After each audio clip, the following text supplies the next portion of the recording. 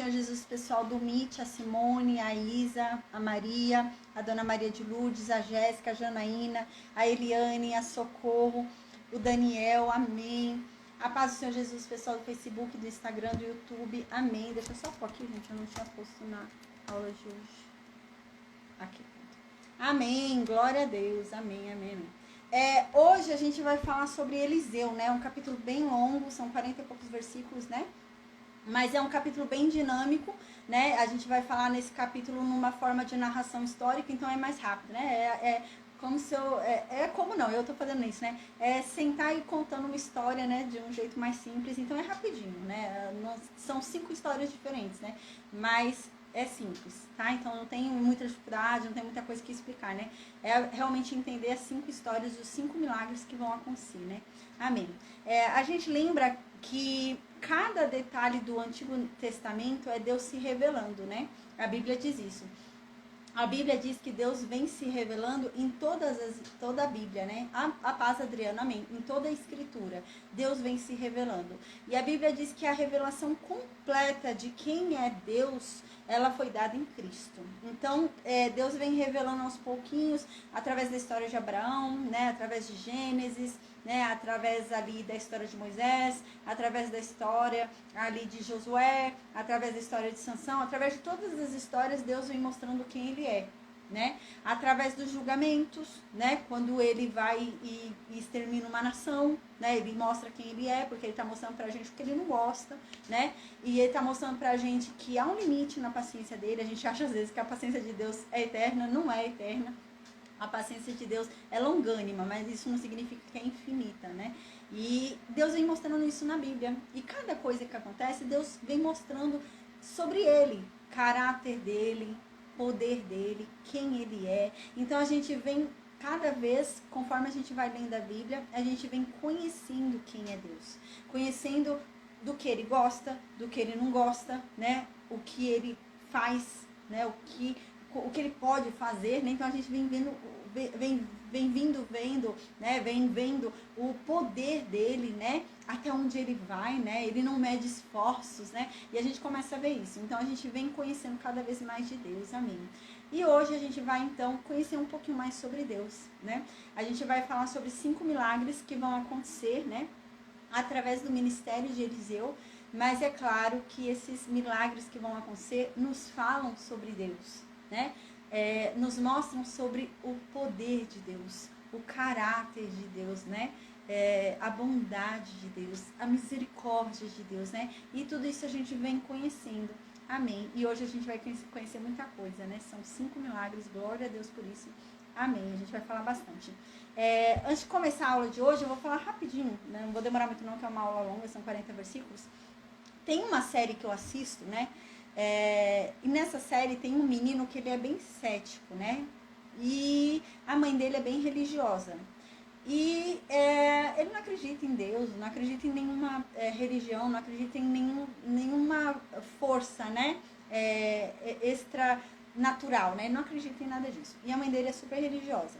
E teve um momento ali na história que houve um tornado, né? Houve um furacão ali. E esse furacão destruiu a casa da avó dele. E a casa da avó dele foi para baixo, né? Destruiu toda a casa da avó dele. E então a mãe dele vai e fala assim, depois desse tornado: ai, graças a Deus, sua avó tá bem, tá todo mundo bem, graças a Deus, né? Ninguém morreu, ninguém se machucou, graças a Deus. E o menino vai e olha para a mãe dele e fala: ah, agora você tá agradecendo o mesmo Deus que enviou o tornado, né? E ele fica meio sem entender, né? E, gente, é esse realmente o olhar das pessoas que não entendem, né? O olhar da pessoa que não tem um olhar espiritual é esse. Ele nunca vai entender, né, o que a gente diz. Ele nunca vai entender a nossa fé, né? Ele nunca vai entender o que a gente fala, nunca, nunca. Porque ele não tem o olhar espiritual que nós temos, né? Então ele tem um olhar do mundo, ele nunca vai entender, nunca vai compreender isso, né? O porquê que a gente agradece, né? Ele nunca vai entender isso, né? E eu falei só isso agora porque a gente sexta-feira não teve aula, né? Sexta-feira a gente não conseguiu ter aula. Caiu um temporal aqui onde eu moro, né? E olha que eu moro num lugar alto. E caiu um temporal aqui onde eu moro. E aí, nisso, eu fiquei sem energia, né? E nisso, esse temporal foi um temporal bem atípico, né? Chegou a entrar água aqui na minha casa, né? Nossa, entrava água assim pela porta, parecia uma cachoeira. Meu Deus, eu nunca vi desse jeito. E aí meu esposo ficava numa porta, eu ficava na outra, e a gente pegando um monte de toalha, um monte de roupa nossa, que a gente usa, a gente teve que pegar tudo e ficava jogando, né? Água. E isso porque eu moro é tipo um sobrado. Embaixo tem uma pessoa que mora, né? No meu terreno moram 3 pessoas. E embaixo de mim tem uma outra casa, né? E minha casa é de cima. E ficou nesse nível, né? Pra gente ver. E em frente à minha casa tem uma chácara, né? E tem muita árvore nessa chácara. E tem também um tiquatira aqui embaixo, tem muita árvore. E quando terminou a chuva, a gente foi sair para ver, né? Porque tinha que ficar sem energia, a gente foi sair para ver como tá a situação, para ligar para Enel vir. Gente, quando a gente foi sair para ver, não dava para andar. Tinha aqui no meu quintal tinha galho, tronco de árvore, né? Na rua tinha um monte de árvore, né? Árvore de troncão grandão, gente, assim, um negócio enorme, né? E as árvores tudo caíram, né? E elas derrubaram todos os fios elétricos. Então elas caíram, derrubaram os fios elétricos e a rua estava cheia de fio elétrico e água. E você não podia andar, porque senão seria eletrocutado. Então ninguém podia ficar andando, né? Por causa da eletricidade ali dos fios, né? E tava nesse nível. Jesus. E todo mundo assim nas suas casas, todo mundo um olhando pro outro. Aí uma árvore caiu ali na casa, aqui embaixo do senhor, né? Da senhorinha do senhor. E todo mundo assim abismado. E ali na rua da minha cunhada aqui em cima, eles tentando tirar água da casa deles também, eles moram em Sobrado também, tentando tirar água da casa deles também. Aí eles, enquanto estavam tirando água, olhando, o telhado de uma mulher voou. E a casa dela ficou toda descoberta. E o telhado inteiro dela voou. Né? E tava nesse nível. E a casa dela é no alto, né? A rua dela nunca inunda. E inundou. Gente, era totalmente sobrenatural. Não tinha nem lógica de explicar como que estava acontecendo aquilo, porque eram lugares altos, né? Não era para estar nesse nível. E então, né, ali na rua dela, que era um lugar alto que nunca inunda, entrou água na casa das pessoas, aí teve gente tirando as coisas porque estava tudo molhado. Nossa, foi terrível. Aí a gente teve que chamar a Defesa Civil, gente. A Defesa Civil veio. Primeiro tinha que fazer o trabalho das árvores para então mexer na fiação, mas tiraram a energia da fiação. Aí a gente começou a andar na rua, mas com os fios tudo na rua, os troncos, as árvores, tudo. E tava nesse nível, meu Deus do céu. E a gente ficou sem geladeira, né? A gente não tinha energia elétrica. A gente não tinha energia elétrica, a gente ficou de sexta-feira à tarde até domingo à noite, sem energia elétrica, né? E teve um período também que a gente ficou até sem água. Não tinha nem energia elétrica, nem água. Jesus amado. E para ajudar ainda, quando voltou a água, o meu chuveiro aqui em casa quebrou. Aí vai eu e meu esposo, sem energia elétrica, gente, cansado pra caramba, no material de construção, comprar coisa para arrumar o chuveiro. Aí a gente arrumou o chuveiro, quebrou a da cozinha, não saía água. Aí a gente aqui correndo, a vizinha da frente fala a mesma coisa. Eu falei, meu, não é possível. Jesus amado, o que tá acontecendo? Aí a dela aconteceu a mesma coisa. Eu falei, não, deve ser algum, sei lá, deve ser ar no cano, não sei como que tá todo mundo, né, acontecendo isso. E, gente, foi nesse nível. Mas eu agradeço a Deus, eu comecei falando isso desse menino, porque eu agradeço a Deus porque ninguém, graças a Deus, ninguém morreu, ninguém se feriu, não ficou ninguém ferido. Então é graças a Deus. E um milagre que aconteceu tremendo, gente, é que nada que estava na minha geladeira estragou. Gente, isso é um milagre, sabe? Eu fiz a mistura, a carne moída que estava no meu congelador e estava boa, sabe? E descongelou. Mas não estragou, não descongelou totalmente. Não, gente, foi Deus. Deus fez segurar ali, manter, sabe? No finalzinho, né? Foram 2 dias e pouco sem, né? Geladeira, sem nada. Aí no finalzinho, quando a luz voltou, é que a gente foi mexer no congelador. A gente evitava abrir para não descongelar tudo. E ainda tava lá durinho, né? Então foi Deus. Tanto que eu até falei pra minha mãe. Minha mãe falou, nossa, e a geladeira? E suas misturas, e suas coisas? Eu falei, mãe, você não acredita? Não estragou. Tudo que era coisa assim que podia estragar, né? Eu fui e meti no congelador. Era leite, leite já aberto, eu fui e meti no congelador. Era feijão, era tudo que podia estragar embaixo, que precisava estar numa temperatura mais fria, eu enfiei lá no congelador. E aí eu falei, mãe, não estragou. Não estragou, à noite eu fui, esquentei, a gente comeu, a gente jantou, tudo, e tava normal. Fiz até carne moída à noite e tava normal. Aí ela falou, caramba, nossa, é inexplicável, hein? Foi Deus, assim, pra não ter estragado nada. Eu falei, foi Deus. Foi Deus mesmo. E glória a Deus, gente. Glória a Deus por isso, né? E era isso que eu ia falar. Eu comecei falando desse menino, né? As pessoas não entendem, né? Que a gente agradece a Deus, né? Igual eu tô agradecendo a Deus, né? Depois eu falo, mas foi o Deus que me enviou a chuva, né? Às vezes a gente culpa a Deus de coisas que não foram Deus, que não tem a ver com Deus, né? Por exemplo, a gente viu no momento em que Jorão decide ir lá retomar brigar lá com Moab, né? Ele vai lá brigar com Moab, ele pega Edom ali e pega o rei de Judá e vão lá lutar contra Moab. E eles não consultaram a Deus, eles não perguntaram para Deus, né? E foram, fizeram a estratégia deles e foram. E no meio do caminho faltou água. E então, no meio do caminho, quando começou a faltar água, Jorão falou assim, ai, Deus fez isso para entregar a gente. Deus não fez nada, Deus não mandou eles irem lá. Quem quis ir lá foram eles, né? E o que eu tô falando isso, né? Tudo isso aconteceu, né? Houve esse estrago todo, foi essa situação do jeito que foi aqui onde eu moro, a Defesa Civil teve que vir aqui tudo, por quê? Por causa das árvores que caíram, né? Então, essas árvores que caíram eram árvores já podres, elas tinham cupim, né? Então, e estavam dentro de uma chácara. Então, a culpa é de Deus, né? A gente tem mania de ficar culpando Deus de tudo, né? Então, a gente tem que ter muito cuidado, né? Tudo que Deus fez foi perfeito, né? Às vezes a gente fica vendo, por exemplo, né, aqui perto da onde eu moro, tem uma escolinha que cedeu o muro, né? O muro é uma escolinha infantil e o muro caiu nessa chuva de sexta-feira. O muro dela caiu. Mas você para ver, o muro estava num barranco.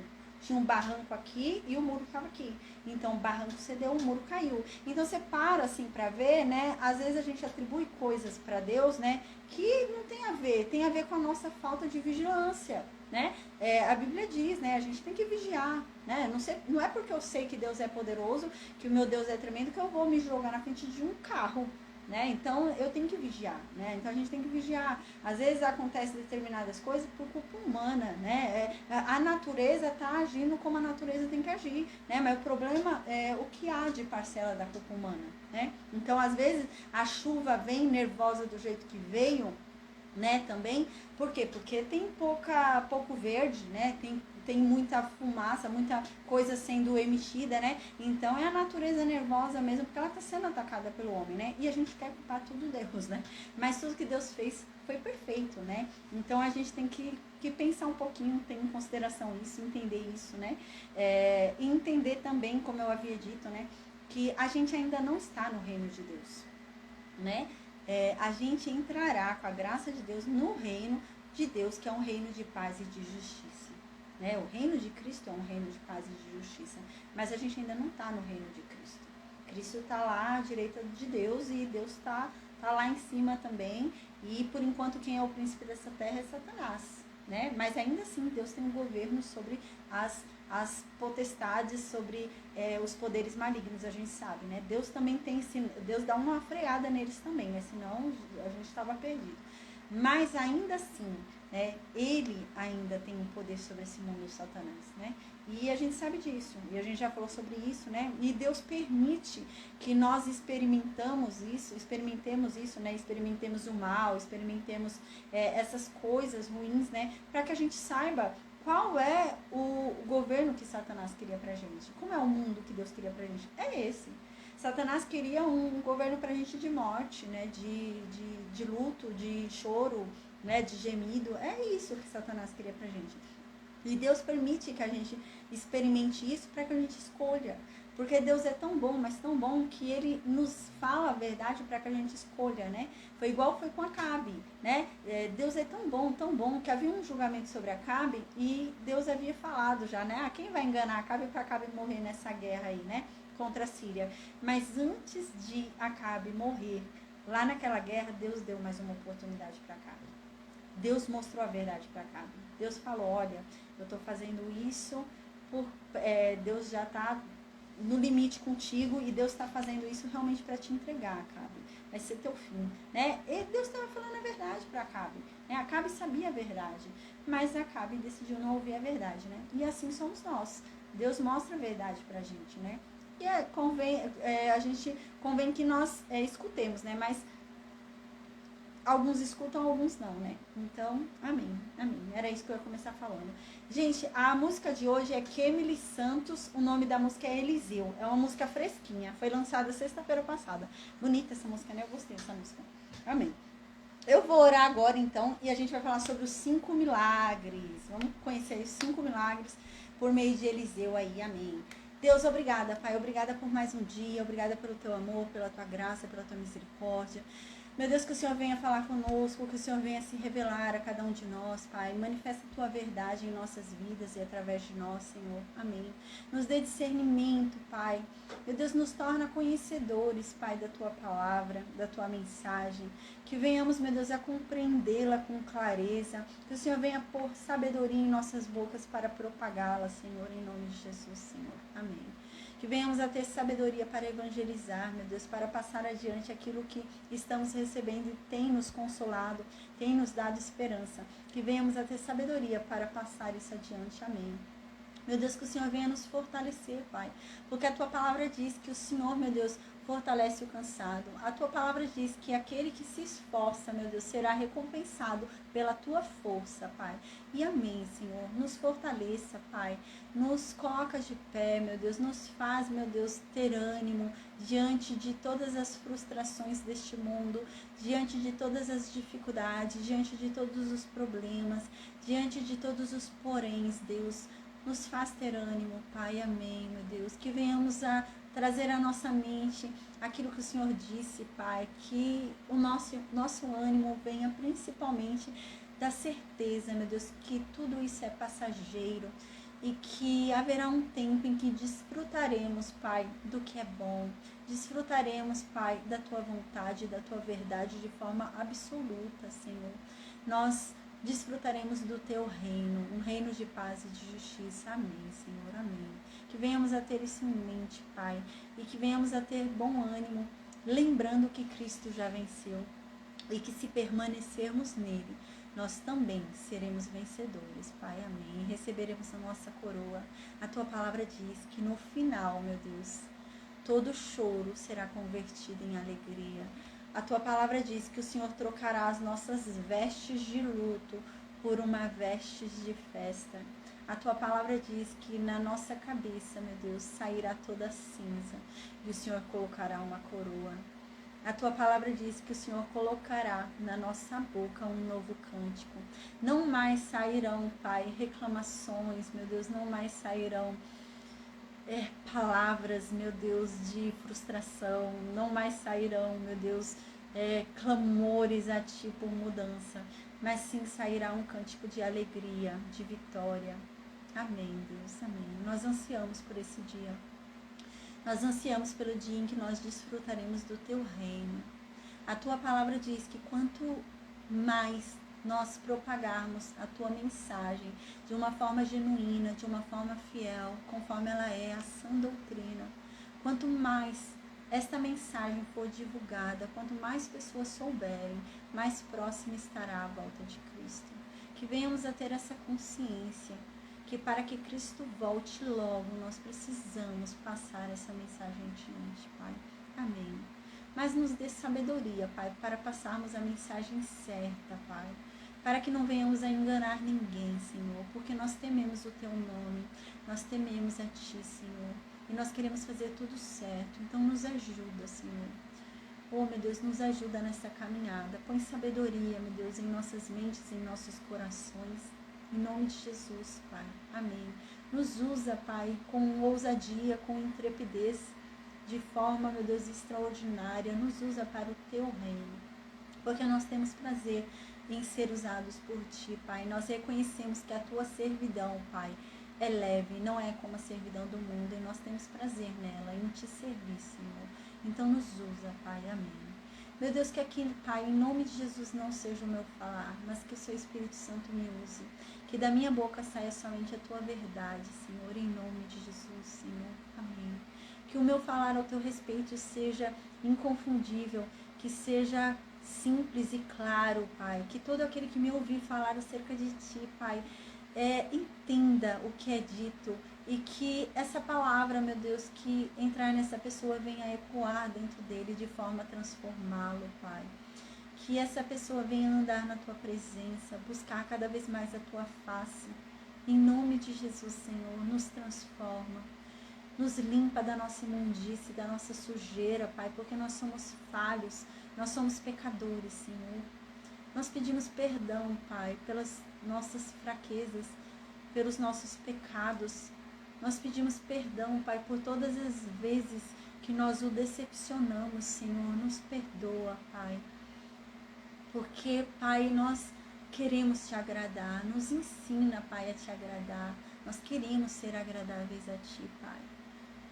Nos ajuda, Senhor, em nome de Jesus, porque nós somos falhos. Nós pecamos em pensamento, nós pecamos por meio de sentimentos, desejos, sonhos. Nós pecamos, meu Deus, e nós pedimos perdão por isso. Nos lava, nos limpa, nos purifica, nos santifica, Senhor. Nos dá uma nova veste. Oh, meu Deus, nos transforma. Oh, Senhor, em nome de Jesus, Senhor. Nos limpa, nos lava dos nossos pecados, da nossa imundície. Amém. Meu Deus, que o Senhor, Pai, venha nos dar uma nova consciência, Pai. A consciência de Cristo. Que venhamos, meu Deus, a andar na Tua presença com uma mente mudada. Que venhamos, meu Deus, a ser transformados também em atitudes. Que nossas atitudes falem acerca do Deus que nós servimos. Que venhamos a dar exemplo nessa terra. Que venhamos a dar testemunho de Ti. Que não venhamos a nunca envergonhar o Teu nome. Porque nós representamos a Ti nessa terra. Nós representamos o nome da família que recebemos através de Cristo. Então, meu Deus, em nome de Jesus, nos ajuda, Senhor. Nos ajuda a sermos santos, porque só Tu podes nos santificar. Amém. Meu Deus, livrai-nos de todo o mal, Pai. Guarde a nossa casa, nos guarde. Guarde os nossos familiares, Pai, por compaixão a nós. Abençoa a nossa casa, Pai. Amém. Meu Deus, que o Senhor nos dê a provisão de cada dia, que nada nos falte, que o Senhor supra todas as nossas necessidades, Senhor. Que a Sua palavra se cumpra sobre cada um de nós, em nome de Jesus. Que a Sua vontade se realize aqui na terra, como já é feita nos céus, Pai. Amém. Meu Deus, que o Seu agir em nossas vidas seja um agir extraordinário. Que o Senhor venha com o braço estendido, meu Deus, sobre as nossas vidas e faça o Seu milagre, Pai, para que todos vejam que o Senhor é Deus e que Deus é conosco, Pai. Amém. Em nome de Jesus, Pai. Não permita que o Seu povo seja envergonhado. Não permita que o Seu povo seja questionado por quem não Te serve, por quem não Te segue, por quem não Te ama, Pai. Cuida de quem é Teu, Deus. A Tua palavra diz que o Senhor sabe aqueles que são Seus. Então, cuida de nós, Pai. Amém. A Tua palavra diz que o Senhor é um Pai que tem prazer em realizar os desejos do Seu Filho. Tua palavra diz que tudo aquilo que nós pedirmos com fé, nós receberemos. A Tua palavra também diz que muitas vezes não recebemos porque pedimos errado. Mas, meu Deus, há uma palavra que diz que o Senhor conhece tudo aquilo que nós precisamos. O Senhor sabe o nosso coração e tudo aquilo que nós desejamos antes mesmo de nós abrirmos a boca. A Tua palavra diz que o Senhor, meu Deus, não precisa de nenhuma palavra para nos compreender. A Tua palavra diz que o Senhor consegue sondar os nossos corações e a nossa alma. A Tua palavra diz que o Senhor escuta até mesmo uma oração que seja só em gemido, que seja só em choro. A Tua palavra diz que o Senhor sabe decifrar até mesmo os nossos gemidos, choros, tudo aquilo que é inaudível, o Senhor sabe decifrar.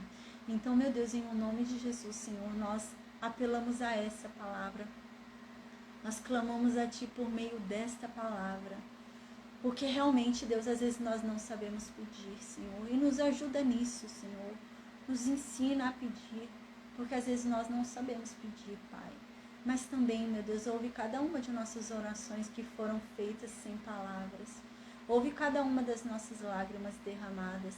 Ouve cada um dos nossos gemidos, Pai. Oh, meu Deus, desvenda os nossos corações, sonda-os. Porque o Senhor sabe aquilo que nós desejamos, ainda que não abramos a boca. Então, meu Deus, em nome de Jesus, Senhor, nos sonda e realize os desejos da nossa alma.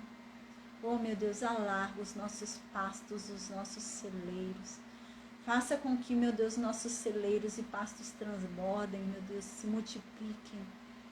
Abra as portas para cada um de nós, meu Deus, que o extraordinário aconteça em nossas vidas. Em nome de Jesus, Senhor, amém. Que nenhum mal nos alcance, que nenhum mal nos atinja, que sejamos protegidos, meu Deus, contra todo mal, contra toda potestade maligna, que os seus anjos, meu Deus, que o seu exército receba a ordem ao nosso respeito para nos guardarem, para nos cercarem, que o Senhor coloque em nós, meu Deus, a tua cerca, como o Senhor colocava em Jó, que Satanás não podia chegar perto dele, e que assim seja, meu Deus, que estejamos cercados pelo teu exército, nos protegendo, em o nome de Jesus, amém. Oh, meu Deus, nós descansamos debaixo das tuas asas, meu Deus. Nós não tememos a nada, nós confiamos em ti, entregamos a ti todos os nossos problemas, todos os nossos infortúnios, todos os nossos sonhos, todos os nossos desejos, todos os nossos planos. Nós descansamos debaixo das tuas asas, pois confiamos em ti. Meu Deus, nós sabemos que os seus planos não podem ser frustrados, Senhor, que nada pode impedi-los de serem realizados. Mas, meu Deus, nós pedimos também que o Senhor abençoe os projetos de nossas mãos, os nossos planos, Pai. Amém. Amém, amém. Amém, amém, amém. Amém, Rafael. A paz do Senhor Jesus. Amém, amém. Então, gente, agora vamos falar sobre o primeiro milagre. Uau! O milagre do azeite, tá? Então, vamos falar aqui sobre Eliseu. Vamos lembrar da história, o que está acontecendo na história? Jorão é rei, tá? Então, lá no reino norte, o que aconteceu? Acabe já morreu, Acasias, filho de Acabe, virou rei, caiu da janela, lembra? Morreu também, ficou acamado um tempo e da cama não saiu e morreu, né? A gente lembra. Então, Jorão, o irmão de Acasias, virou rei, tá? Então, a gente tá nessa época, lá no Reino Norte, Elias foi arrebatado, Elias foi levado aos céus. Agora, quem é o profeta lá, né? No lugar do ministério de Elias ali, quem é agora é Eliseu, no lugar de Elias, tá? Então, Eliseu agora é profeta, Jorão é o rei do Reino Norte. No Reino Sul, quem ainda é rei é Josafá, tá? Então, Josafá ainda é rei lá no Reino Sul. E a gente lembra que eles são aparentados, né? Josafá e Jorão, eles são aparentados porque o filho de Josafá casou com a filha de Acabe de Jezabel.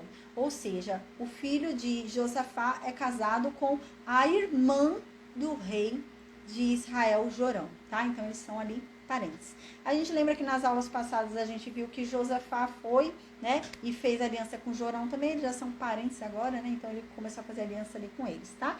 Então, hoje a gente vai falar sobre Eliseu. Vamos conhecer um pouquinho mais sobre o ministério de Eliseu. No versículo 1 diz, né?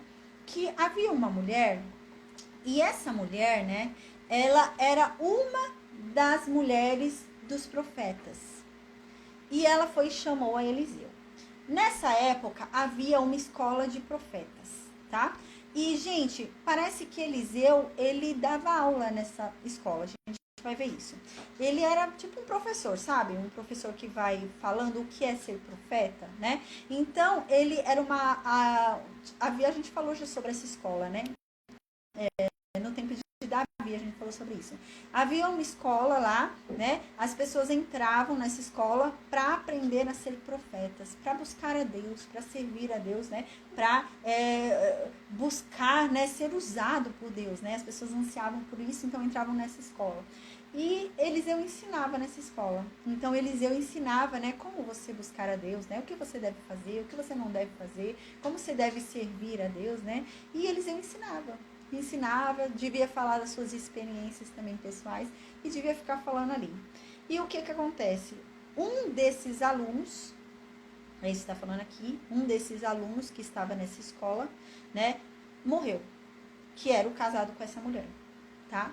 Então, uma coisa aqui que a gente observa, né, é que não havia o celibato, tá? Então, a pessoa, para ser um mensageiro de Deus, para servir a Deus, né? Até mesmo um sacerdote, a gente lembra, né? Porque Arão era casado, até mesmo um sacerdócio, né? Os levitas, né? Não havia nenhum impedimento em casar. Você podia casar. Não havia nada na lei que falasse que não é para casar, né? Então, igual, por exemplo, né? Hoje, padre não pode casar lá na religião católica, né? Padre não pode casar. Ah, não pode, tem que ter o celibato, né? Na Bíblia não diz isso. Então, se pode casar, né? Não tem problema nenhum. E esse profeta era casado e morreu. E a mulher dele ficou viúva, tá? Então, essa viúva foi e chamou lá Eliseu, que era o professor nessa escola. E ela foi e disse assim para Eliseu, profeta, né? O meu marido, que era teu servo, que te servia, né? Morreu. E o Senhor sabe que ele servia a Deus. O Senhor sabe que ele era um homem temente a Deus. Ele era um homem que obedecia a Deus, né? Mas ele devia. Quando ele morreu, ele estava devendo. E o credor, né, veio cobrar a dívida do meu marido. E eu sou só uma viúva. E eu tenho 2 filhos pequenos. E eu não tenho como pagar essa dívida.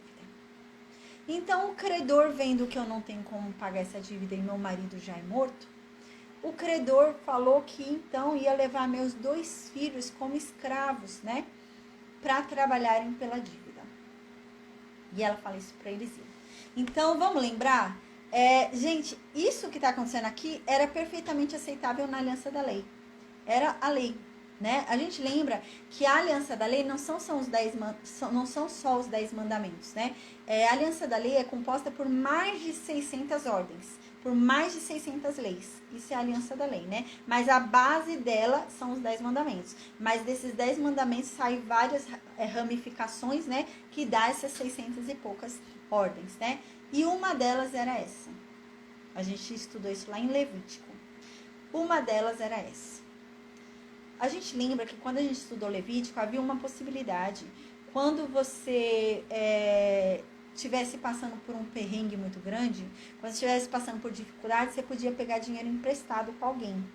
Aí você, para pagar o que você pegou emprestado, você virava servo dessa pessoa. Você trabalhava para essa pessoa. Você virava escravo dessa pessoa para pagar o que você pegou emprestado, né? E isso acontecia muito, a gente lembra, né? Mas na aliança da lei havia uma condição, o ano do jubileu. Então todo escravo israelita, todo escravo judeu, né, ele seria liberado, né, receberia alforria no ano do jubileu. Então deu 6 anos, no 7º ano ele era liberado. Pagou a dívida? Não pagou. O problema é de quem ele ainda está devendo, porque ele não vai pagar mais. Ele foi perdoado, né? Então, você lembra disso? De 6 em 6 anos, no 7º ano, né? De 7 em 7 anos, no 7º ano, havia esse ano do jubileu. O ano do jubileu era o ano do perdão. Você era obrigado a perdoar. A pessoa está me devendo R$1.000, né? A pessoa não me pagou. No 7º ano, eu sou obrigada a perdoar. No 8º ano, eu não posso mais falar desses R$1.000, porque eu perdoei, né? E existia isso na lei, tá? E esse homem está querendo exigir isso. Esse homem falou, não, peraí, o seu marido me devia, ele morreu, né? Não deixou herança, não deixou nada, né? Ele trabalhava, mulher não podia trabalhar, ela era só uma viúva com filho pequeno, coitada, né? A gente lembra como vivia a viúva nessa época, né? A viúva vivia de ajudas, tanto que a gente lembra de Ruth, né? Que a Ruth vivia das sobras. A Ruth ia lá no campo de Boaz pegar as espigas que caíam no chão. Ela fala, as que sobravam, ela pegava os restos, né? Então, Boaz mandava o pessoal que estava colhendo jogar de propósito para ela pegar as boas, né? Mas era assim que vivia a viúva, né? A viúva não era igual hoje, que a mulher trabalha, né? Não era, né? E ela não tinha nada, coitada, né? E a intenção do credor era essa, pegar os filhos dela como escravos para pagar a dívida, né? E em 7 anos a dívida seria perdoada. Era assim que funcionava pelo ano do jubileu que a gente lembra. Então, Eliseu ouvindo isso, né? Ela disse, pô, meu marido era teu servo, meu marido te servia, né? Ele não conseguiu juntar riquezas, não conseguiu juntar nada, porque também ele estava lá na escola de profetas. O objetivo do meu marido nunca foi a juntar riquezas, mas sim servir a Deus, né? É meio nesse sentido que ela tá falando, né? Porque ela não tinha riquezas, nada. O marido não deixou, como assim o marido não deixou nada para ela, né? Mas por quê? Porque o intuito do marido era servir a Deus, não era enriquecer. A gente já falou sobre isso, né? O intuito de Deus nunca foi de enriquecer, né, os levitas, nem os sacerdotes, nem nada disso, né? E é isso que ela tá falando. Meu marido era profeta, por isso que ele era pobre. É isso que ela tá querendo dizer, por isso que ele era pobre e não deixou nada pra gente, né?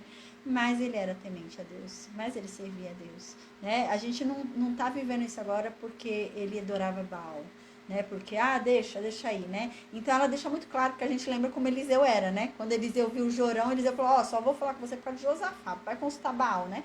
Então ela deixa bem claro, ele era temente a Deus. E no versículo 2, Eliseu então fala, tá bom, e o que eu posso fazer por você? E deve ter ficado um silêncio, né? Porque ela não também ficou parada, né? E ele parou e pensou, me fala, o que você tem de valor na tua casa?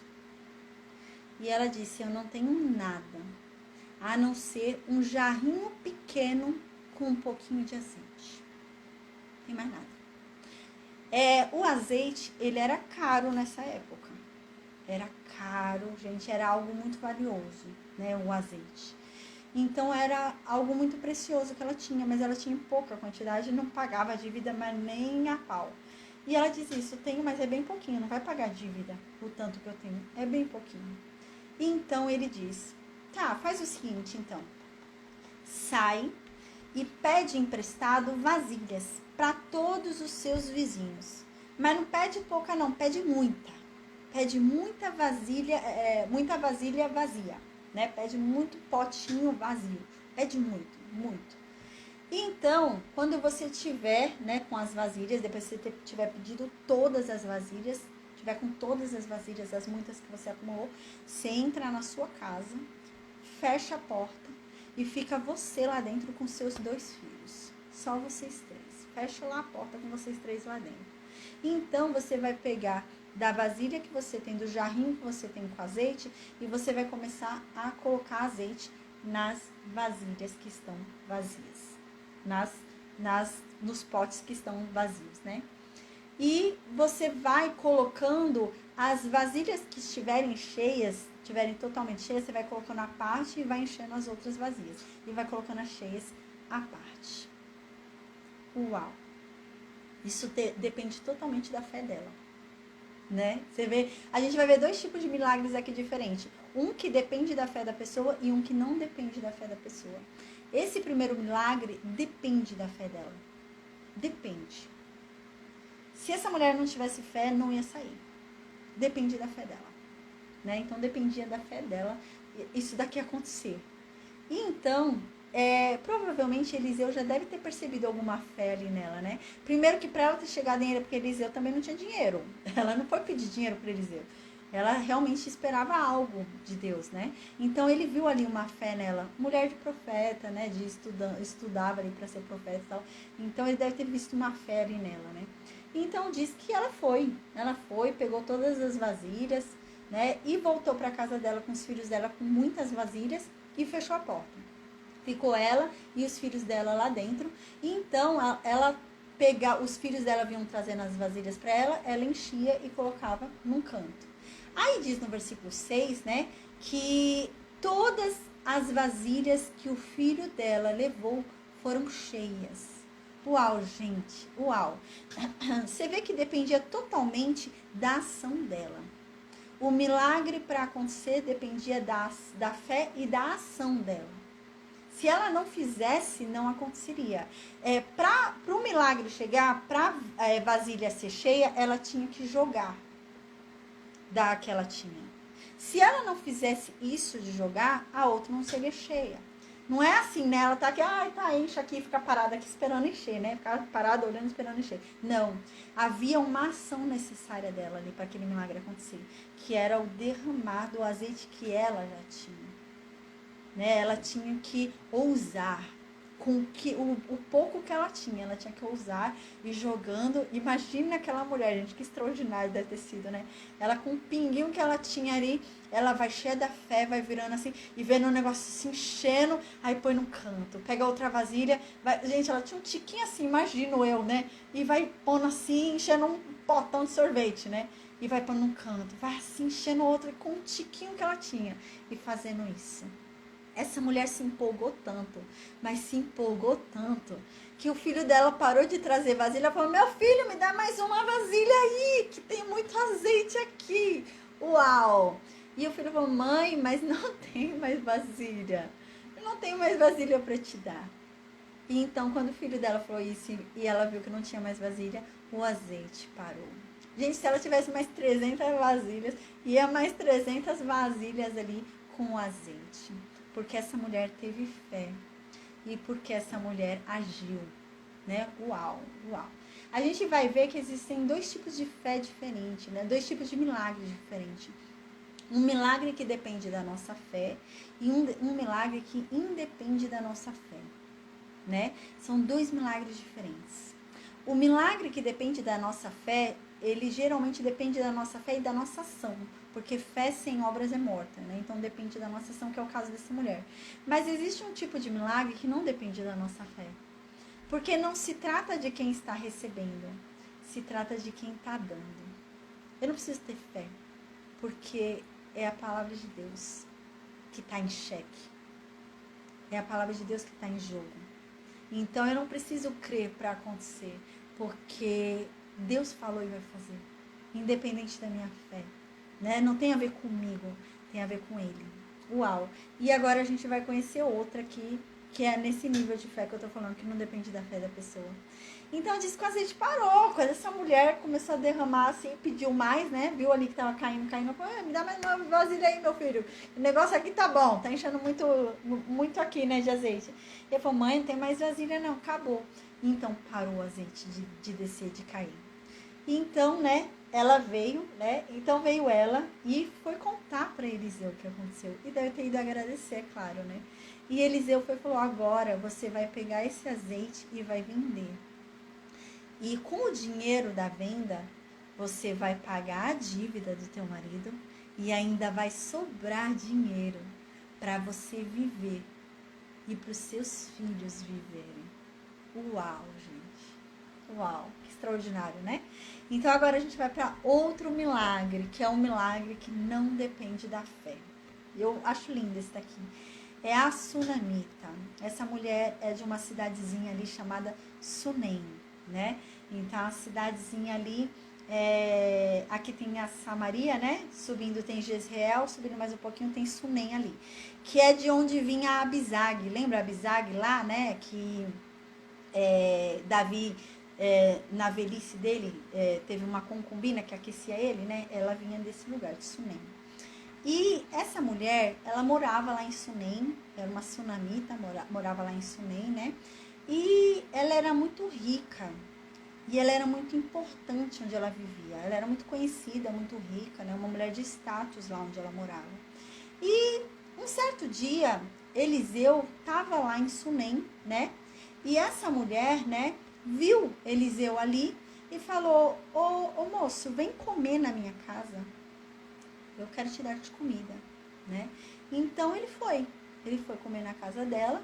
E então ela deve ter convidado ele: ó, toda vez que você vier pra cá, vem comer na minha casa, né? Eu tenho condições aqui, nada vai me faltar, vem comer na minha casa. Você vê que era uma mulher boa, né? Então ele começou a comer na casa dela. Toda vez que ele passava por Sunem, ele parava e comia na casa dela. Aí, com o passar do tempo, ela começou a perceber que ele não era qualquer viajante. Ela começou a perceber que ele era um profeta, que ele era um homem de Deus. Aí ela foi e falou pro marido dela: ô meu marido, eu percebi que esse homem é um homem de Deus. Ele não é qualquer viajante, ele não é um comerciante que fica viajando e a gente está tentando ajudar. Não, ele é um homem de Deus. Por isso, meu marido, né, ela diz, vamos fazer um quarto para ele. Porque quando ele vier aqui, ele dorme, ele descansa, ele deita na cama, ele fica no quartinho dele descansando. Vamos fazer um quarto para ele aqui em cima da casa? E ela disse pro marido dela, ó, no quarto dele a gente vai pôr uma cama, a gente vai pôr uma mesa, vamos colocar uma cadeira e vamos colocar uma lamparina para ele. E quando ele vier, ele tem um lugar para ele dormir. Se ele quiser passar a noite aqui, dormir aqui, ele fica. Se ele quiser descansar durante o dia mesmo, ele fica. E eles fizeram esse quarto. Então, no versículo 11 diz que Eliseu voltou lá, né? Passou lá em Sunem, foi lá comer. E quando ele foi lá comer, ela mostrou o quarto para ele e falou que era dele. E ele foi lá, então, no quarto, se deitou lá no quarto dele, né? E então, Eliseu, lá no quarto dele, ele tinha um servo. O servo de Eliseu se chamava Geazi. A gente vai falar bastante sobre Geazi na aula que vem, na próxima aula. Vamos falar sobre o caráter de Geazi. Aí, ele tinha um servo chamado Geazi. E ele e o servo estavam nesse quarto, né? E Eliseu estava tão contente pelo cuidado daquela mulher, né? Aquela mulher foi uma atenção com ele. Antes de saber quem ele era, ela já era boa, né? E depois que ela descobriu, então, que esse homem servia a Deus, ela quis fazer mais ainda, né? E então, diz aqui que ele foi e falou, Geazi, chama lá a sunamita, chama lá a moça, né? A dona da casa. E Geazi foi lá chamar ela. Então, né? Eliseu disse, né? Para Geazi, no versículo 13... Pergunte, né, para ela o que eu posso fazer para pagar por todo esse trabalho que ela tem tido com a gente, né? O que eu posso fazer por ela, né? E talvez, sei lá, ela queira que eu fale com o rei por ela, talvez ela queira que eu fale com o exército por ela, talvez ela queira mudar, sei lá, ela quer ir morar lá perto do palácio, talvez ela queira algum favor do rei, alguma coisa, né? Alguma terra, sei lá, eu consigo falar com ela, falar por ela, né? Se observa que quem fala aqui com ela não é Eliseu, é Geazi, né? Ele manda chamar a sunamita, mas quem pergunta para a sunamita é Geazi, não é Eliseu, né? Não deve ter sido, gente, por questão de Eliseu não querer falar com ela, né? Ah, Eliseu tá se achando. Não, provavelmente, né? Essa mulher, né, era uma mulher que ela tinha um certo cuidado. Sabe aquela pessoa que não quer nem falar, não quer nem ousar falar com o outro, né? Creio eu que ela era assim, né? Ela era muito respeitosa com o profeta. Então ela não ousava falar com o profeta. E por isso, talvez, Eliseu tenha falado para Geazi falar com ela, né?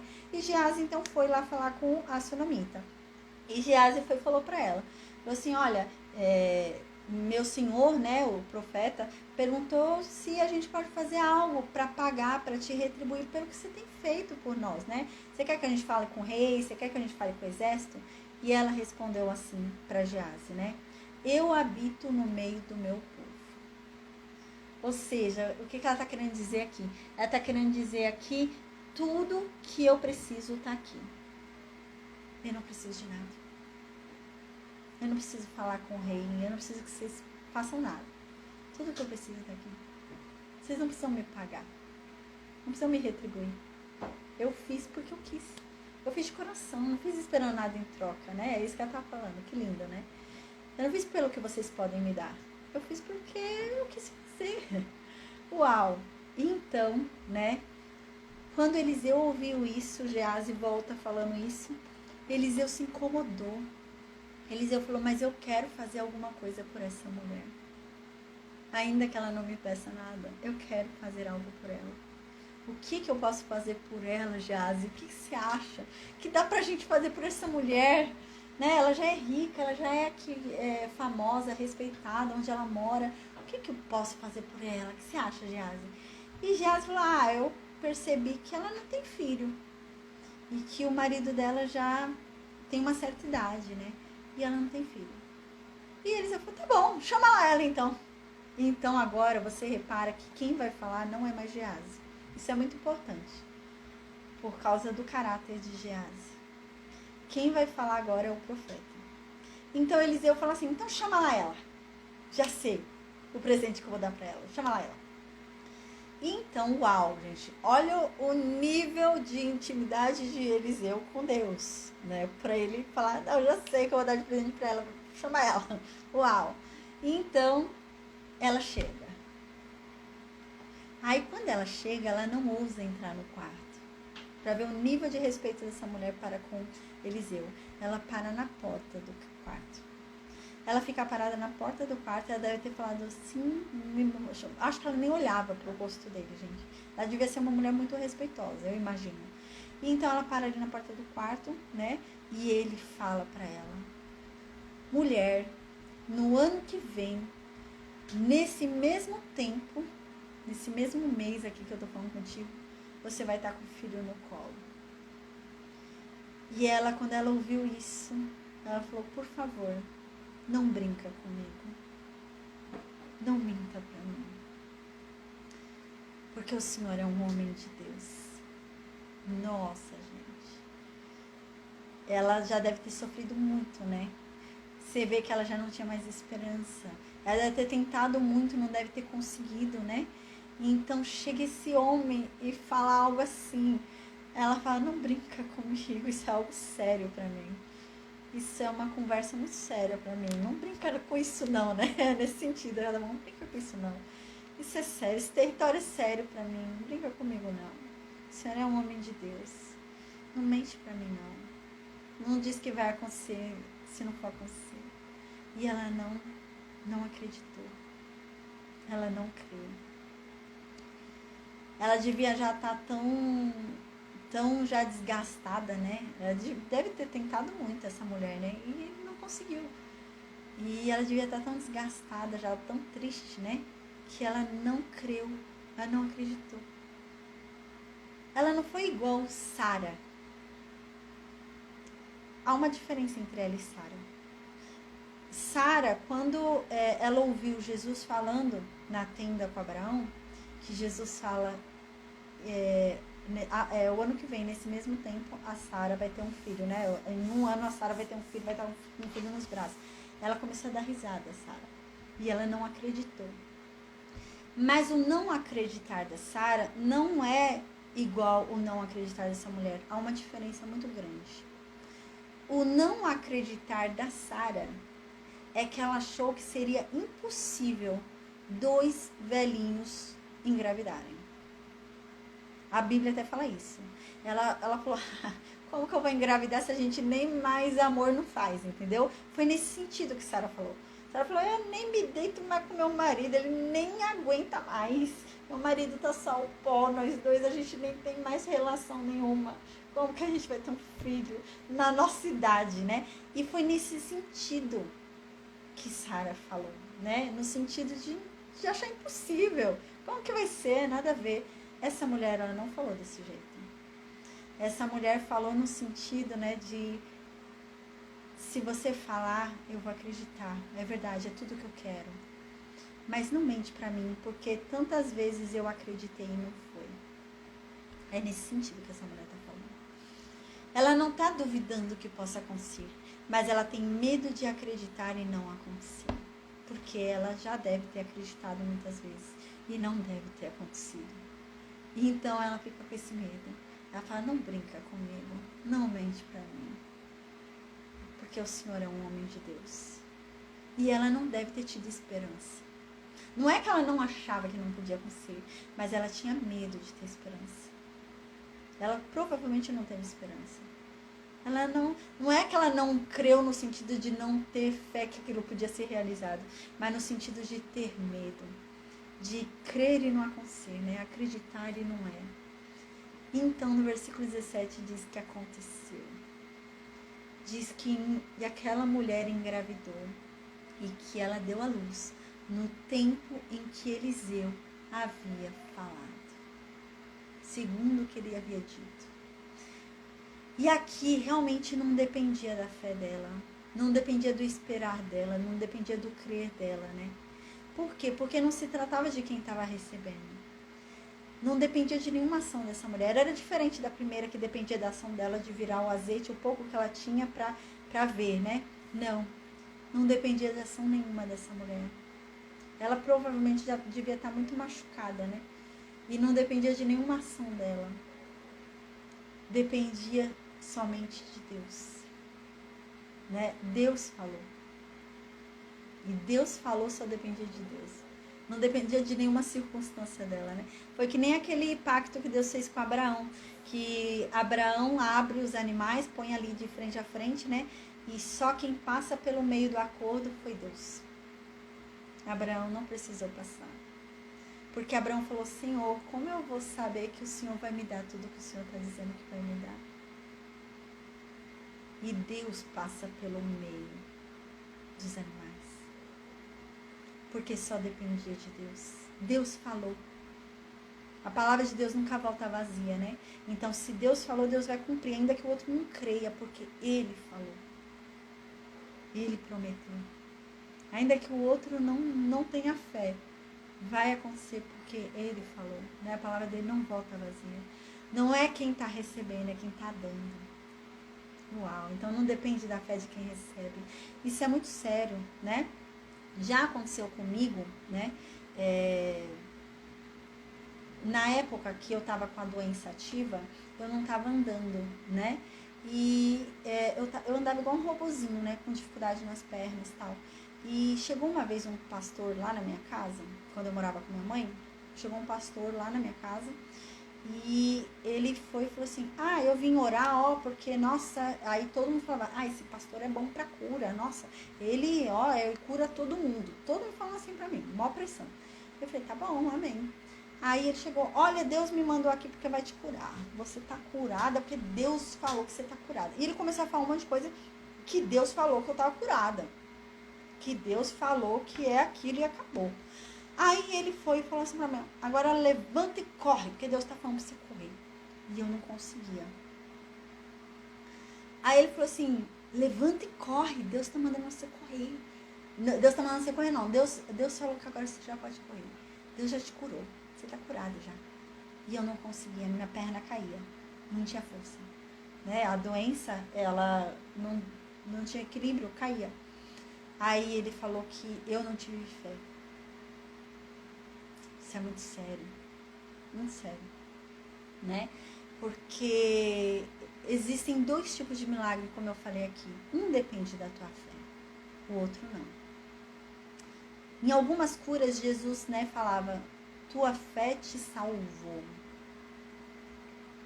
Né? Nas curas ali, quando Jesus ia curar, ele falou assim, vai que tua fé te salvou. Né? Então, igual o outro lá, né, que veio pelo teto, né, ele falou assim, seus pecados foram perdoados. Eu, que pecado foi perdoado, não sei o quê. Olha para isso. Ele, é para vocês saberem que realmente eu sei o que eu estou falando. Levanta e anda. Aí ele levantou e andou. Né, uau. Ele estava daquele jeito por causa dos pecados dele, né. Uau. Os pecados foram perdoados, ele levantou e andou. Né. Então, existe realmente algumas curas, alguns milagres que dependem da nossa fé. Existe isso, né? Que depende da nossa ação e da nossa fé, né? E Jesus sempre fala, não foi a sua fé que te curou. Ele não fala isso. Tua fé te curou. Vai que tua fé te curou, né? Ele não fala isso. Ele fala, tua fé te salvou, né? Porque a fé é necessária para a salvação. Ele não só foi curado, ele foi salvo. É isso que Jesus estava falando. Você não foi só curado, você foi salvo. A fé te salvou. Permaneça assim, não peques mais. Se você permanecer do jeito que você está agora, você está salvo. Porque a tua fé te salvou. Era isso que Jesus estava falando. Não peques mais. Porque por enquanto você está salvo. Mas se você sair pecar, não está mais salvo não, né? E ele não falava, né, a tua fé te curou, né? Quando ele ressuscitava alguém, né? Qual que é a fé da pessoa que está sendo ressuscitada se ela não está ali? Né? Se ela não tá consciente ali, né? Nenhuma, né? Você precisa da fé da pessoa para fazer tal coisa, e aí? Como que funciona? Não, né? O milagre de Deus não precisa da fé do outro, né? Independe da fé do outro, o milagre do outro. Porque não tem a ver com quem está recebendo, tem a ver com quem está dando. Se Deus está falando que está curando, é porque está curando. Se Deus chega num lugar e fala assim, olha, em nome de Jesus, Você vai andar agora, porque Deus me falou que você vai andar. Anda que Deus está mandando você andar. E a pessoa não anda. É um falso profeta. É um falso profeta isso, né? Porque a palavra de Deus não volta vazia. A palavra de Deus não volta vazia. Tem que acontecer. Independe da fé de quem está recebendo. Tem até um pastor que eu ouvi uma vez dizendo que ele teve um dia que ele estava com dor nas costas, muita dor nas costas, e naquele dia ele estava com uma hérnia, alguma coisa assim, e ele fazendo o culto, e Deus falou para ele, chama aqui pra frente quem tá com dor nas costas, que eu vou curar quem tá com dor nas costas. Aí ele falou, opa, vou ser curado. Ele todo alegre, né, queria ser curado. E Deus chamou pra frente quem tinha dor nas costas, veio um monte de gente com dor nas costas, e ele começou a orar. Aí ele falou que as pessoas estavam sendo curadas, ele não. Ele falou que as costas dele continuam. Ele falou que foi embora pra casa dele com dor nas costas. E não foi curado, não. E ele fala, eu não fui curado. E eu vendo umas pessoas lá embaixo sendo curadas. Eu não fui curado. Ele falou que ele pôs até a mão dele e começou a orar. Ele mesmo falou, não foi curado, não. Aí ele falou que teve um homem ainda que foi curado, né? Não, antes de ser curado, ele falou com esse homem e falou assim, você aceita Jesus Cristo? Você reconhece ele, né? Você entende que ele é seu Salvador? E o homem falou assim, eu já entendi tudo isso que você está falando. Eu entendi, tá bom. Mas eu não quero aceitar Jesus. Não quero saber de Jesus. Eu falei, não, você não está entendendo. É Jesus quem vai te curar. Ele falou, tá bom, mas ele pode me curar sem eu aceitar ele. O homem falou isso. Ele pode me curar sem eu aceitar ele. Não pode? Aí esse pastor foi e falou que nesse momento veio uma voz no ouvido dele e falou, ora por ele. Eu vou curar ele. E isso vai ser, né, para condenação dele. Porque ele me rejeitou. Eu tô curando ele. E ainda assim ele tá falando que ele não me quer. E falou que esse homem foi curado. E ele saiu curado. E não quis, não. Não quis saber, não. Falou, não quero Jesus. Não. Depende de fé? Não. Né? Se trata daquele que está falando. É que é muito fácil você falar, não teve fé. Tem muita gente que é assim, né? Chega, vem orar, né? Igual nesse dia, nossa, foi maior pressão. Ele é muito bom para oração, ele cura, né? Na hora que ele chegou em casa, gente, eu tava na maior expectativa. Eu falei, caramba, eu vou correr. Eu vou correr, vou pular, uau. E não foi. Não foi, né? E tá bom. Eu não tinha fé. É fácil, né, falar que o outro não tem fé, né? Mas independe. Quando realmente Deus fala que vai fazer, não depende da fé de quem está recebendo. Deus falou. Não depende daquele que está recebendo. Se Deus falou, se Deus mandou, não depende de mim. Não depende da minha fé, não depende de mim. Deus falou. Tudo que Deus fala, Deus cumpre. A palavra dele não volta vazia, né? Então, não depende. Então, agora, gente, passou um tempo. Versículo 18. Essa mulher teve o filho cresceu, passou alguns anos, e estava no tempo da colheita. E o pai dele estava lá no campo, fazendo a colheita com os empregados, e o menino foi lá para ficar com o pai. E devia estar muito sol, né? E eles estavam lá colhendo as espigas, fazendo a colheita lá das plantações. Aí o menino ali tomando sol na cabeça. Aí de repente o menino falou, ai pai, minha cabeça tá doendo, uma dor de cabeça, eu tô com dor de cabeça, tô com uma dor de cabeça. E o pai falou, leva esse menino lá pra mãe dele, pros empregados dele. Falou, leva esse menino lá pra mãe dele, porque ele tá com dor, né, pra ela cuidar dele. Então o empregado foi e levou o menino, o filho, pra mãe, né, pra Sunamita, que Eliseu havia falado isso. Então ela foi, pegou os filhos dela, o filho dela, né, colocou nas pernas dela, né, ela devia estar, eu imagino, né, encostada em algum lugar, e colocou as pernas dela assim, sentada, né, ela devia estar sentada assim, né, encostada em algum lugar, sentada assim, com as pernas assim, esticada, e o filho dela estava no meio das pernas dela. Então diz que ele ficou assim até o meio-dia no meio das pernas dela e morreu. Então, quando ele morreu, diz que ela pegou o filho dela no colo, foi até o quarto de Eliseu, e pôs o filho dela na cama de Eliseu. E fechou a porta do quarto e desceu. Aí ela foi e falou, meu marido, chamou o marido dela. Ele falou, olha, manda que uns empregados arrumem as jumentas, né? Porque eu vou lá falar com Eliseu. Eu vou lá com o homem de Deus. E depois eu volto. E o marido dela foi assim, mas hoje não é lua nova, hoje não é sábado, hoje não é nenhum dia da gente, né, ir pro templo. E o que você vai fazer lá com o homem de Deus? O que você vai fazer? Vai fazer o que lá? O que aconteceu? Aconteceu alguma coisa? Tem algum problema, né? O marido dela perguntou. Ela falou, tá tudo bem. Não tem nenhum problema. Tá tudo tranquilo. Gente, o filho dela estava morto. Essa mulher não teve fé antes, mas agora essa mulher tá cheia de negócio. Não teve fé igual Sara, né? Mas ela tinha aquele medo, né? De ser desiludida.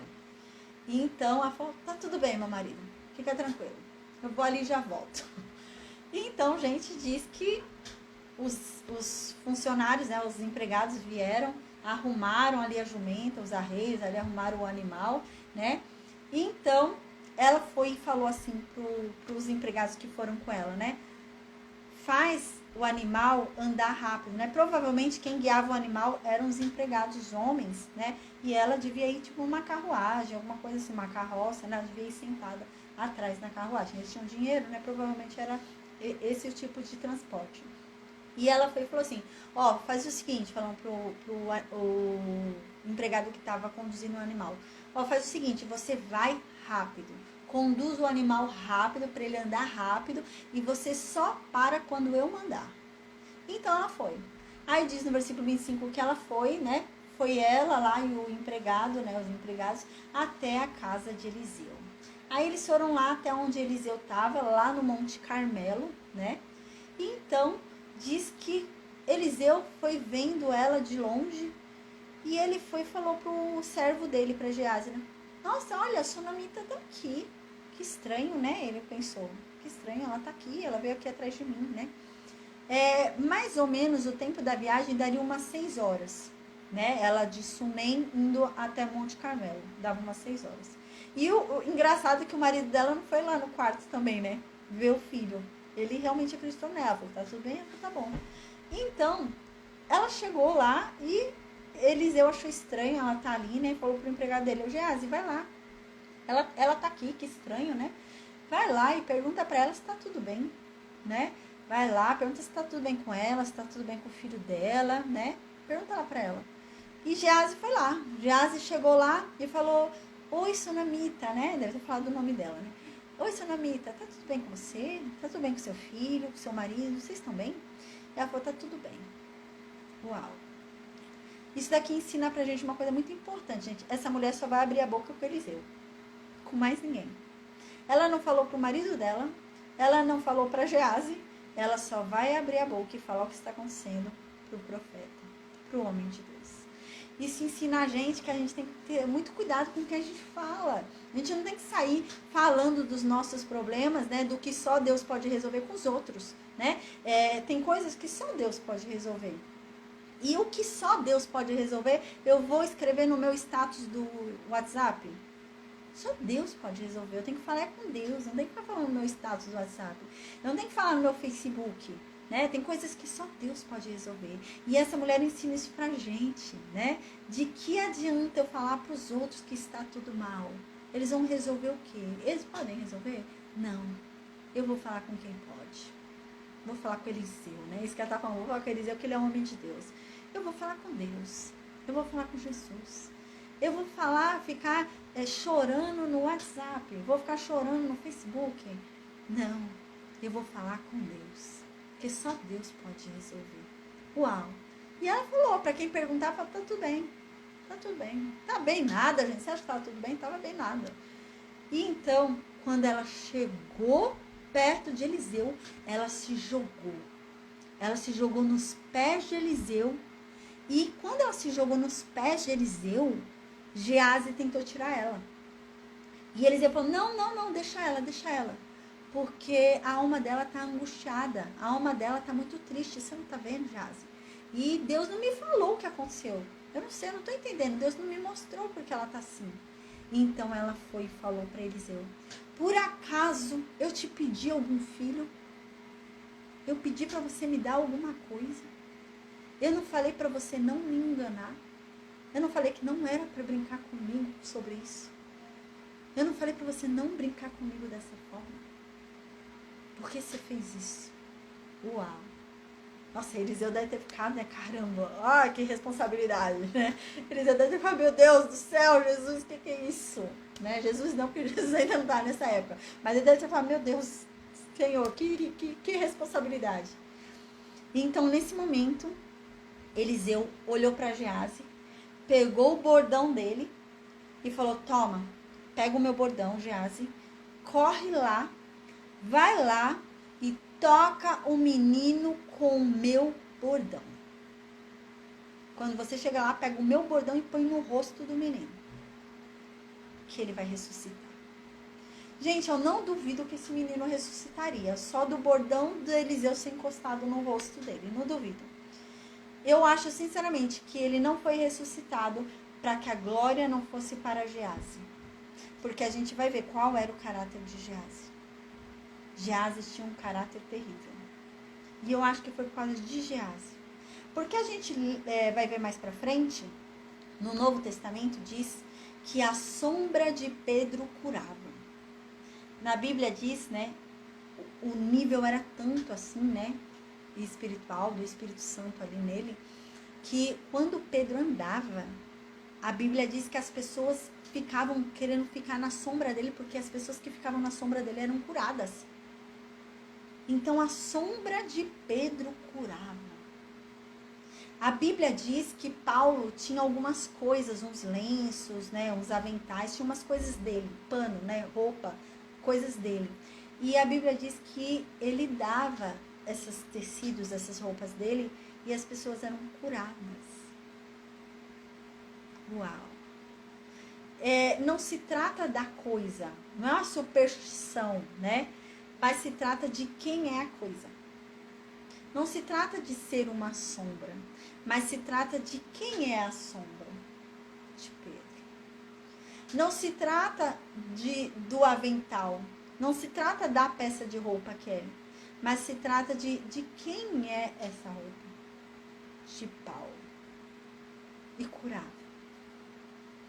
E eu acredito que esse bordão curaria a gente, porque era de Eliseu. Ressuscitaria esse menino. Eu acredito. Eu acredito só que não ressuscitou por causa de Geazi. Porque Geazi era mau. Geazi era maligno. Por isso que não ressuscitou. Porque senão a glória ia para Geazi. Geazi ia se achar. Por muito menos Geazi se achou. Então eu acho que foi por causa de Geazi. Mas olha o nível, né? E caramba, né? É aquela coisa, né? Uau! Às vezes você é abençoado, né? De tabela, porque não se trata do que é, mas sim de quem está por detrás daquilo. Uau! Pedro estava por detrás daquilo. Paulo estava por detrás daquilo. Eliseu estava por detrás disso. Realmente, eu acho que se a mãe levasse o bordão de Eliseu e colocasse no rosto do filho, eu acho até que o menino ressuscitava. A mãe. Mas Geazi não. Porque Geazi era ruim. A gente vai ver que Geazi era ruim. E então diz, né, que Eliseu falou isso para Geazi. Ó, vai lá, né, vai rápido. Não para falar com ninguém no caminho. Se alguém falar oi pra você, não para. Porque o costume do Oriente era a pessoa falar oi, sabe o que quer falar a vida inteira? Então não para, vai direto, não responde ninguém. Não para nem pra dar oi pra ninguém. E quando você chegar lá, vai no quarto e põe o meu bordão no rosto do menino, que ele vai ressuscitar. Mas ao ouvir isso, a mãe do menino falou: eu juro por Deus. E eu juro por você, Eliseu, que eu não vou sair daqui. Enquanto você permanecer aqui, eu vou permanecer aqui. Eu não vou embora com ele, não. Uau. Uau. Ela falou, foi tu que me prometeu um filho. É tu que vai lá resolver. Eu não vou sair sem você. Foi você que me falou. Uau, caramba, eu não vou com outro, eu vou contigo. Foi você que me prometeu. Foi você que inventou isso. Então eu vou contigo. Uau. Quando ele ouviu isso, ele percebeu que ela não ia levantar dali se não fosse com ele. Ele levantou e ele foi com ela para casa. Então diz que Geazi chegou primeiro. Geazi chegou primeiro e Geazi foi lá e pegou o bordão de Eliseu e colocou no rosto do menino. E nada. Falou que não se ouvia um barulho sequer. Não havia nada ali. Então, ele foi e falou para Eliseu. Quando Eliseu chegou, né? Ó, o menino não acordou, não. O menino não voltou à vida, não. Então, quando Eliseu chegou, ele abriu a porta do quarto. O menino estava morto sobre a sua cama. Aí ele entrou no quarto e fechou a porta e ficou só ele e o menino ali no quarto. Lembra que a gente viu já uma ressuscitação ali com Elias, né? Elias foi a primeira vez que a gente viu alguém ressuscitando, foi Elias, né? E Elias falou isso para ele, porque a gente vai ver que ele vai usar quase a mesma tática de Elias, né? Ele era aluno de Elias, né? Então Elias deve ter falado, certa vez eu fui, né, naquela viúva e eu ressuscitei o filho dela. E Eliseu deve falar, nossa, sério, como que foi? Ele fala, eu me deitei sobre o menino 3 vezes e ele voltou à vida, né? Elias deve ter falado. E agora Eliseu vai fazer isso. Aí diz que Eliseu entra, fecha a porta e começa a orar a Deus. Aí diz que depois que ele orou a Deus, ele foi e se deitou sobre o menino. Ele colocou a boca dele sobre a boca do menino, os olhos dele sobre os olhos do menino e as mãos dele sobre as mãos do menino. E diz que quando ele se deitou sobre o menino, o corpo do menino voltou a ficar quente. Uau! Então diz que ainda ele não havia voltado. Ele não ouvia a voz, não fazia nada, mas o corpo estava quente. Então diz que Eliseu levantou e Eliseu andava de um lado para o outro no quarto. Andava de um lado para o outro no quarto e foi e deitou de novo sobre o menino. A gente lembra que Elias deitou 3 vezes, né? E ele foi e deitou de novo sobre o menino. Aí quando ele deitou, a gente lembra que ele tinha espírito dobrado, né? O espírito que estava sobre Elias, ele pediu o espírito dobrado. E ele deitou sobre o menino. Quando ele deitou de novo sobre o menino espirrou 7 vezes. Uau! 7 vezes. O número da perfeição bíblica, né? O número da perfeição de Deus. Espirrou 7 vezes. E então abriu os olhos. Caramba! Aí então Eliseu mandou chamar Geazi. Chamou Geazi. Quando Geazi subiu, Eliseu falou para Geazi chamar a mãe do menino. Aí quando a mãe entrou, Eliseu disse, pode pegar seu filho. Caramba!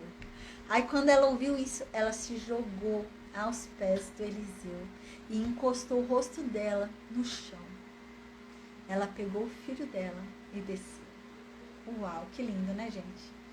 Oh, que lindo. E a gente ainda vai ver muita coisa de Eliseu, extraordinária. O tanto de coisa que a gente ouve de Eliseu. Agora a gente vai para mais um milagre. O 4º milagre, o cozido envenenado. Vamos falar sobre ele agora? Aí diz, né, que havia muita fome depois de um tempo, passou um tempo, né? E havia muita fome na terra, né? Tava passando muita fome, muita necessidade na terra. Tava faltando alimentos, né? Não tinha muita plantação, né? Tava difícil o negócio ali. Aí diz que nesse período de fome na terra, Eliseu decidiu ir para Gilgal. Aí diz que ele estava lá em Gilgal ensinando um grupo de profetas. Lembra que eu falei? Ele parecia que era um professor nessa escola, né? De profetas. Ele estava ensinando. Tinha um grupo de profetas e ele ficava ensinando esse grupo de profetas. Aí, enquanto ele estava ensinando esse grupo de profetas, ele falou para o empregado dele, né? Para ele ir e buscar, né, algumas coisas para fazer um cozido para eles. Para fazer uma sopa, alguma coisa para eles, né? E que pusesse uma panela grande no fogo. Aí então diz no versículo 39 que ao ouvir isso, um dos profetas decidiu sair para pegar ervas para deixar a sopa um pouco mais grossa, né? Colocar mais coisa ali na sopa deles. E ele foi lá, e então ele achou uma trepadeira, né? E essa trepadeira, ela dava umas frutas amargas, né? E ele foi e pegou todas que ele conseguiu pôr na capa dele. Ele pegou muita. Ele colocou um monte na capa dele, ele encheu na capa dele e levou lá para eles comerem bastante erva, já que estava com fome nessa época, não tinha muita coisa para se comer. Então ele pegou muita erva. Então ele voltou, né? Cortou ali em pedaços, né? Aquelas ervas e jogou dentro da panela, né, com água ali tudo, para fazer ali um ensopado ali daquelas ervas para eles comerem, né, e pôr um pouquinho de farinha ali para engrossar um pouco aquilo. Aí diz que ele não sabia o que era aquilo, ele não sabia que erva era aquela. E ele jogou um monte, encheu a panela com a capa dele ali, com aquelas ervas, né. Então diz no versículo 40 que depois que terminou a sopa foi servida para os profetas, né? E diz que eles começaram a comer e um deles, quando viu, gritou: é veneno, né? Essa erva aqui é venenosa, não pode comer, a gente vai morrer. E falou que eles pararam de comer nesse instante, né? Mas Eliseu, né? A gente lembra que eles estavam passando fome, não tinha comida, não tinha plantação, não tinha o que comer. Aí, gente, não podia desperdiçar aquilo, né? Aí Eliseu mandou trazer farinha. Então Eliseu colocou farinha na panela e deu para todo mundo comer. E não havia mais veneno algum na panela. E eles comeram, ninguém passou mal, ninguém morreu, não deu problema nenhum. E todos eles se satisfizeram, né? Então, uau!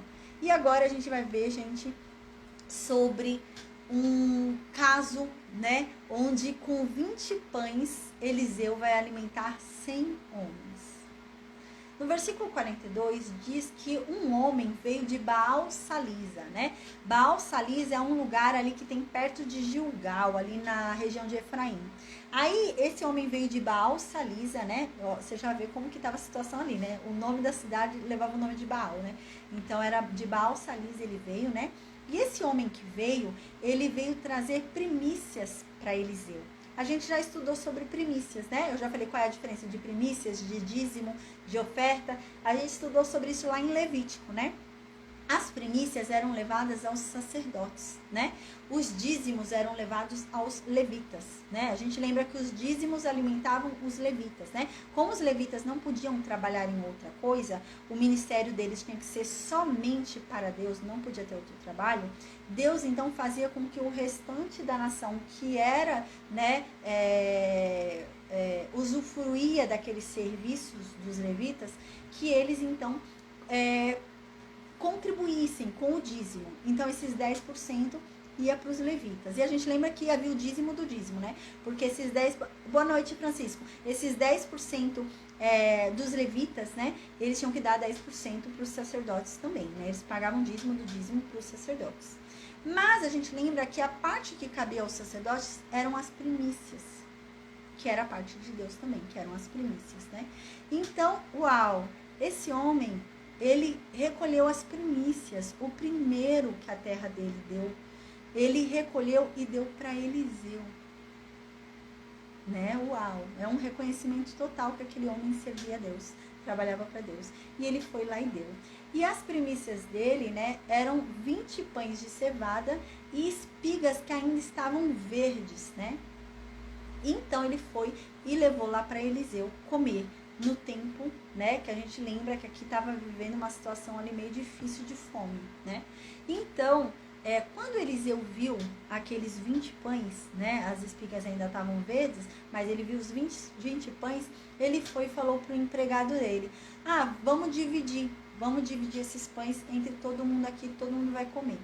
Então, quando o empregado dele ouviu isso, no versículo 43, o empregado dele falou: mas Eliseu, esse pão não vai dar para todo mundo. Aqui tem 100 homens. Você quer dar 20 pães para 100 homens, né?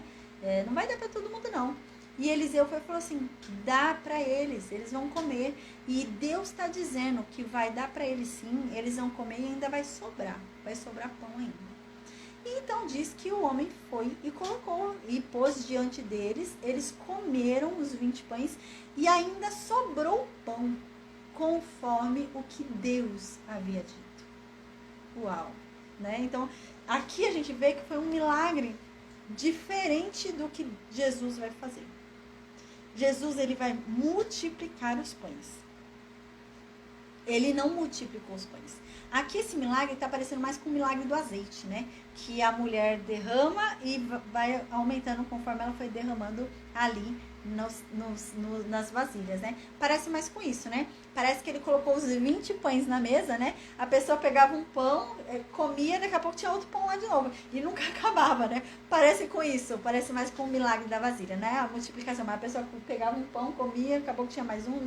E eles ficaram comendo, no final sobrou pão ainda, tá? Então, amém, gente, glória a Deus, a gente termina aqui a aula de hoje. Amanhã a gente vai falar sobre 2 Reis 5, segundo livro de Reis, capítulo 5. Amanhã a gente vai falar sobre Geazi. Amanhã a gente vai ver que o caráter de Geazi não era bom, não. E a gente vai conhecer Naamã, né? Vamos falar sobre Naamã, a cura de Naamã, né? Então, a gente vai conhecer um personagem diferente, não é israelita, uau, e a gente vai falar sobre a cura desse homem. Ele estava com lepra e a gente vai estudar amanhã sobre Naamã e vamos falar sobre o caráter de Geazi, que não era um caráter bom não, tá bom? Então, amém, gente, que Deus abençoe a todos, amém, em nome de Jesus. Eu vou desconectar o Facebook, Instagram e o YouTube, amém? E eu vou perguntar no Meet se alguém tem alguma dúvida enquanto isso, tá bom? Então, uma boa noite a todos, Deus abençoe. E até amanhã, com a graça de Deus, para estudar segundo o livro de Reis, capítulo 5. Amém, amém, amém.